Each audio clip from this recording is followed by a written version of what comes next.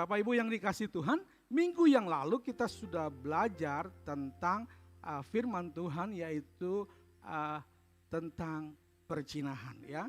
Kemarin Pak Bobi sudah jelaskan begitu luar biasa, jadi ada yang namanya ahli Taurat pada saat itu ya. Menurut ahli Taurat itu berzina jika sudah melakukan perbuatan zina. Jadi ini secara secara badan, secara tubuh. Dia berzina karena dia melakukannya secara tubuh.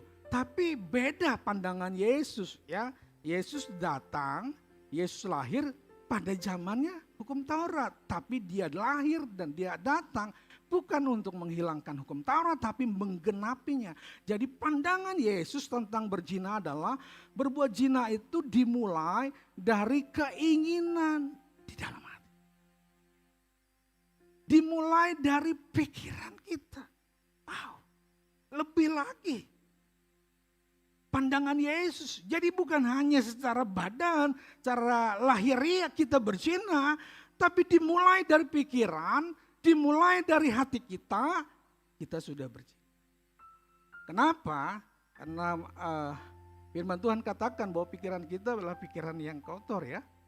Banyak perbuatan jahat. Nah ini harus dipulihkan, harus sama-sama kita buang ya. Firman Tuhan bilang buang semuanya itu. Yang harus kita pikirkan adalah semua yang benar, semua yang mulia, semua yang adil, apalagi semua yang suci, apalagi semua yang manis, semua yang sedap didengar, semua yang disebut, yang dipatut dipuji dah, kebajikan dan perdici. Pikirkanlah semuanya itu. Jadi pikiran hati kita halusnya kita pikirkan yang benar, yang sesuai dengan firman Tuhan. Pikirkan yang mulia dari firman Tuhan. Pikirkan semuanya itu. Nah, firman Tuhan katakan kita pasti mengalami transformasi pikiran kita. Dan kita berjalan sesuai dengan apa yang Tuhan mau kehendaki dan lakukan dalam kehidupan kita. Nah hari ini kita akan sambung pelajaran kita, kebenaran firman Tuhan. Kita baca dulu di dalam Matius pasal yang kelima ayat yang ke-31 sampai ayat yang ke-32. Saya akan bacakan buat Bapak Ibu yang dikasih Tuhan. Matius pasal yang ke-31 sampai 32. Tetapi telah difirmankan juga siapa yang menceraikan istrinya harus memberi surat cerai kepadanya. Tetapi aku berkata kepadamu, Yesus berkata kepadamu, setiap orang yang menceraikan istrinya kecuali karena zina, ia menjadikan istrinya berzina. Dan siapa yang kawin, yang menikah dengan perempuan yang diceraikan, ia berbuat zina. Jadi kalau ada orang yang menceraikan suami atau istri dan mereka married lagi atau menikah lagi, mereka sudah berbuat zina. Ini firman Tuhan. Dan kita mau bahas tentang ikatan yang tidak boleh rusak. Ikatan yang tidak boleh rusak.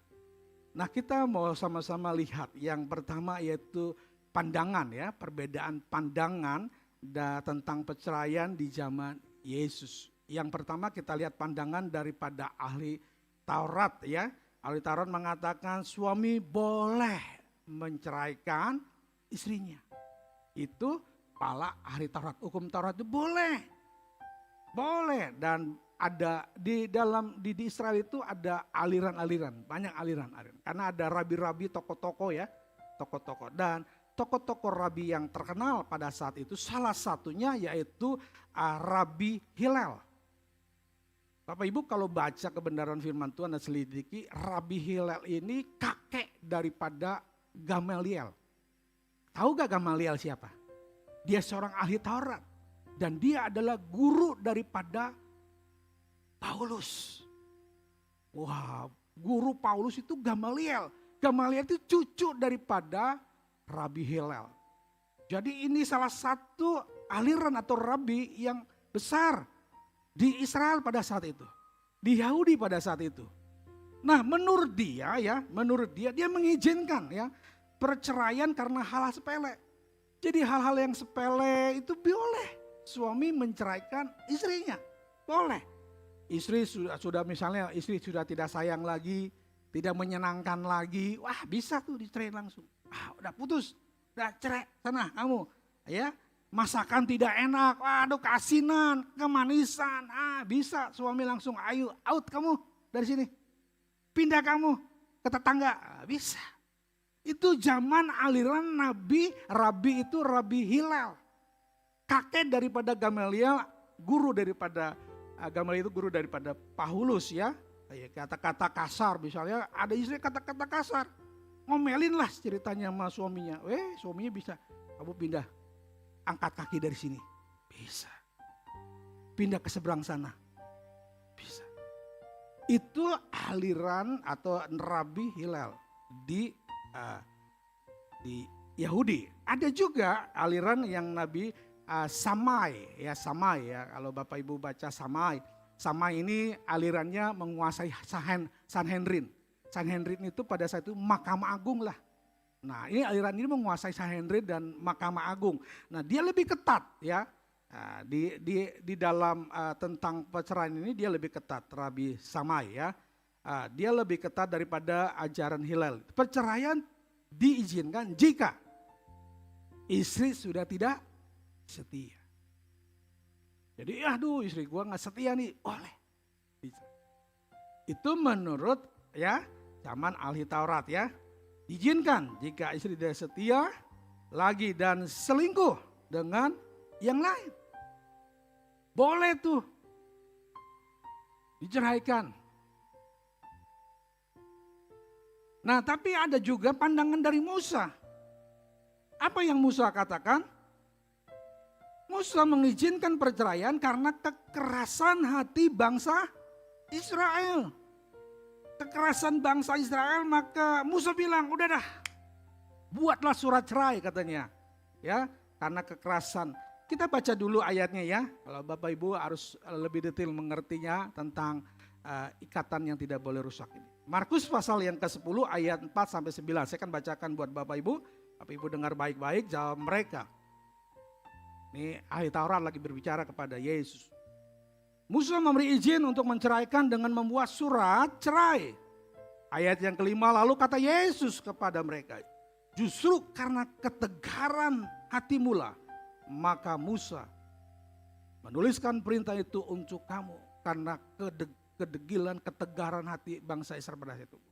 Kamu buatlah surat cerai. Sebab pada awal dunia, lihat ya, dengar baik-baik. Sebab pada awal dunia Allah menjadikan mereka laki-laki dan perempuan. Sebab itu laki-laki akan meninggalkan ayahnya dan ibunya dan bersatu dengan istrinya. Sehingga keduanya itu menjadi satu daging. Demikian mereka bukan lagi dua melainkan satu. Karena itu apa? Yang telah dipersatukan Allah. Jadi pada dasarnya Musa tahu nggak boleh bercerai. Tetapi karena ketegaran hati bangsa Israel pada saat itu, ya udahlah kamu buatlah surat cerai. Karena itu apa yang telah dipersatukan Allah tidak boleh siapapun, kondisi apapun tidak boleh menceraikan. Tidak boleh menceraikan. Bapak Ibu harus ngerti ya. Jadi pandangan daripada ahli-ahli Taurat, aliran-aliran pada saat itu. Sekarang kita masuk kepada pandangan daripada Yesus. Pandangan Yesus. Apa sih pandangan Yesus ya? Pandangan Yesus kita baca dulu. Markus pasal yang kelima ayat yang ke-32. Tetapi aku berkata kepadamu, setiap orang yang menceraikan istrinya, kecuali karena zina, yang menjadikan istrinya berzina, dan siapa kawin dengan perempuan yang diceraikan ia berbuat. Jadi sebenarnya pada dasarnya nggak boleh. Kalau kita ceraikan dia kawin dia berzina, berzina lagi.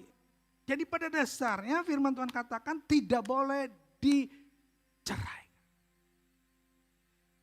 Jadi ada dua ya dalam perjanjian baru kita akan belajar sama-sama ini yang sering dipertentangkan di kekristenan saat-saat sekarang ini ya. Ada dua dalam perjanjian berkaitan dengan zina. atau berzina. Yang satu bahasa Yunaninya adalah moikau. Artinya perselingkuhan melakukan hubungan seks dengan orang lain itu setelah menikah. Nah, itu yang tidak boleh. Itu yang tidak boleh. Tapi ya ada juga ya bahasa Yunaninya porneo. Perselingkuhan hubungan seks sebelum menikah. Ya, masih masa tundangan. Nah, ini yang dialami oleh Yusuf dan Maria. Nah, ini banyak orang termasuk orang Kristen sering bertentangan atau memanipulasi lah ayat-ayat ini. Kita baca ya, Matius pasal yang pertama, ayat yang ke-18 sampai ayat yang ke-19. Kelahiran Yesus ketika Yesus Kristus adalah seperti berikut. Pada waktu Maria, ibunya bertundangan dengan Yusuf. Bertunangan dengan Yusuf, ternyata ia mengandung dari Roh Kudus sebelum mereka hidup sebagai suami istri. Karena Yusuf suaminya seorang yang tulus hati dan tidak mau menceraikan nama istrinya di muka umum, ia bermaksud menceraikan diam-diam. Jadi Yusuf mau menceraikan Maria, kenapa? Karena dia belum dapat dari Roh Kudus pada saat itu. Maria sudah dapat. Gabriel datang kepada Maria, kau akan mengandung dari Roh Kudus. Tapi Yusuf belum dapat. Karena dia takut untuk supaya Maria malu. Udahlah, saya tinggalin aja, saya ceraikan. Nah, ini adalah masih masa tunangan. Masih bertunangan. Jadi kata-kata pornea itu terjadi di ayat ini. Yusuf dan Maria itu masih bertunangan.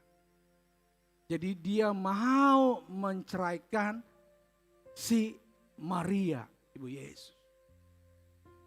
Sekali lagi, firman Tuhan katakan tidak boleh diceraikan.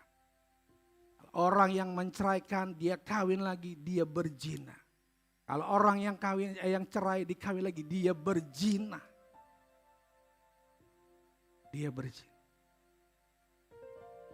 Jadi pandangan dari Yesus ya, kalau kita lihat pandangan Yesus, jadi Yesus bilang boleh. Kalau mau menceraikan, tapi itu masa tunangan. Bukan waktu masa kita sudah menikah. Karena waktu kita menikah, ada perjanjian di hadapan Allah dan hambanya dan para jemaat. Lelaki, pria akan berjanji kepada istrinya bahwa dia akan setia sampai yang dekat waktu menikah Tian ya, tahun lalu ya, kan belum ada lagi ya. Ya. Siapa? Ya tahun kemarin, tahun ini ya. Janjinya apa? Setia sampai maut yang memisah. Dalam keadaan suka, dalam keadaan duka, dalam keadaan sakit, dalam keadaan sehat, dalam keadaan senang, dalam keadaan susah. Waktu perjanjian itu, dua orang berjanji. Saya berjanji di hadapan Allah bahwa hanya maut yang memisah. Jadi waktu pandangan Yesus bilang, ya boleh kamu bercerai tapi masa tundangan. Masa tundangan, bertundangan. Bukan waktu dalam pernikahan.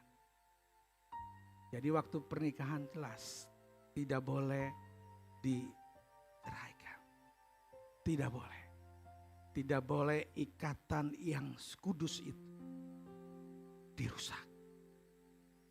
Tidak boleh ikatan yang sungguh-sungguh penuh dengan nilai-nilai Kristus. Jadi jelas setiap kita anak-anak Tuhan yang sudah dipersatukan di dalam pernikahan yang kudus tidak boleh dicerai. Tidak boleh dicerai. Nah, kita bahas lagi bagian yang kedua. Menjaga ikatan pernikahan itu supaya tidak rusak. Ini penting Bapak Ibu, supaya ikatan itu tetap ya tidak menjadi rusak. Yang harus kita lakukan, menjaga ikatan perjanjian pernikahan dengan sungguh-sungguh yang pertama adalah Bapak Ibu dan Saudara sadari, pernikahan itu bukan hanya pria dan wanita. Bukan hanya calon pria dan calon wanita pasangan ini pengantin, bukan. Tetapi ada oknum yang ketiga, yaitu Allah. Jadi jangan lupakan waktu perjanjian pertama kita dan perjalanan rumah tangga kita mungkin 20 tahun, 25 tahun. Jangan lupakan kita berjanji bukan 2 orang, tetapi ada satu lagi, yaitu Allah, yaitu Tuhan. Jadi walaupun kita emosi dalam masalah persoalan rumah tangga kita, walaupun mungkin ya keadaan kok tambah tidak baik-baik saja dalam rumah tangga kita, kita harus ingat, bukan hanya kita 2 orang yang berjanji, tapi ada Allah. Ada Tuhan di dalamnya. Kalau kita lakukan perceraian, maka sedihlah hati Tuhan. Karena firman Tuhan jelas, kita sudah dipersatukan menjadi satu daging dan tidak boleh dipisahkan. Hanya maut. Artinya apa? Artinya waktu pasangan kita mungkin meninggal, firman Tuhan katakan boleh kita cari lagi. Tapi kalaupun gak mau cari lagi juga tidak apa-apa. Tapi diizinkan. Hanya maut yang memisahkan. Jadi Allah yang menjadikan Adam dan Hawa menjadi pasangan suami istri. Dan Bapak Ibu percaya Allah jugalah yang menjadi inisiator dari pernikahan. Bukan pria yang datang ke rumah mungkin calonnya ketemu orang tuanya, bukan. Tapi yang lebih dulu inisiatornya adalah Allah. Allah menjadikan pria dan wanita, Adam dan Hawa, menjadi satu pasang. Jadi Bapak Ibu harus sadar ya, supaya kita tetap menjaga ikatan pernikahan kita supaya tidak rusak. Bahwa ada Allah di dalam perjanjian pernikahan kita. Perjanjian yang kudus di hadapan Tuhan. Nah, yang selanjutnya ya, untuk kita menjaga ikatan kita, ikatan pernikahan kita tidak menjadi rusak. Yang kedua, apapun konflik-konflik yang terjadi dalam rumah tangga kita, suami dan istri harus diselesaikan dengan kasih Tuhan. Ini harus kita bawa kasih Tuhan. Kalau Bapak Ibu terus mengalami kasih Tuhan, saya percaya ada kekuatan dan kemampuan. Gak mungkin perjalanan rumah tangga aman-aman aja. Gak mungkin perjalanan rumah tangga kita, suami istri, pasangan kita tenang-tenang aja. Pasti akan ada badai. Pasti akan ada tantangan. Badai tidak perlu diundang di dalam kehidupan pernikahan kita. Dia akan datang. Masalah tidak perlu diundang, dia akan datang. Tetapi kita harus ingat, apapun yang terjadi, konflik yang terjadi, mau itu konflik besar, kecil, mari libatkan Tuhan. Penuh dengan kasih Tuhan yang luar biasa. Ini harus dimulai dari setiap kita. Gak bisa kita bilang, oh kamu seorang suami harus mulai dulu. Kamu istri, saya kan istri, nanti istri suami dulu. Gak bisa, kita dua-duanya harus mulai dengan kasih Tuhan. Harus mulai sama-sama saling memaafkan. Harus sama-sama saling mengampuni. Harus. Kalau kita mempertahankan ego kita, pasti terjadi perang dunia kedua dalam rumah tangga kita. Jadi kita butuh kasih Tuhan di dalam hidup kita. Kolose pasal yang ketiga, Rasul Paulus menasihatkan buat kita semuanya. Kolose pasal yang ketiga ayat 14. Dan di atas semuanya itu, kenakanlah kasih sebagai pengikat yang mempersatukan dan yang menyempurnakan. Wow, luar biasa. Jadi waktu kita mengenakan kasih Tuhan, kita disempurnakan. Kita disatukan suami istri. Makanya firman Tuhan katakan, kamu bukan lagi dua, tapi kamu satu. Dan apa yang dipersatukan Tuhan tidak boleh diceraikan manusia. Kasih itulah yang akan mempersatukan suami dan istri. Yang akan menyempurnakan. Kita banyak kekurangan sebagai manusia. Suami banyak kekurangan. Istri banyak kekurangan.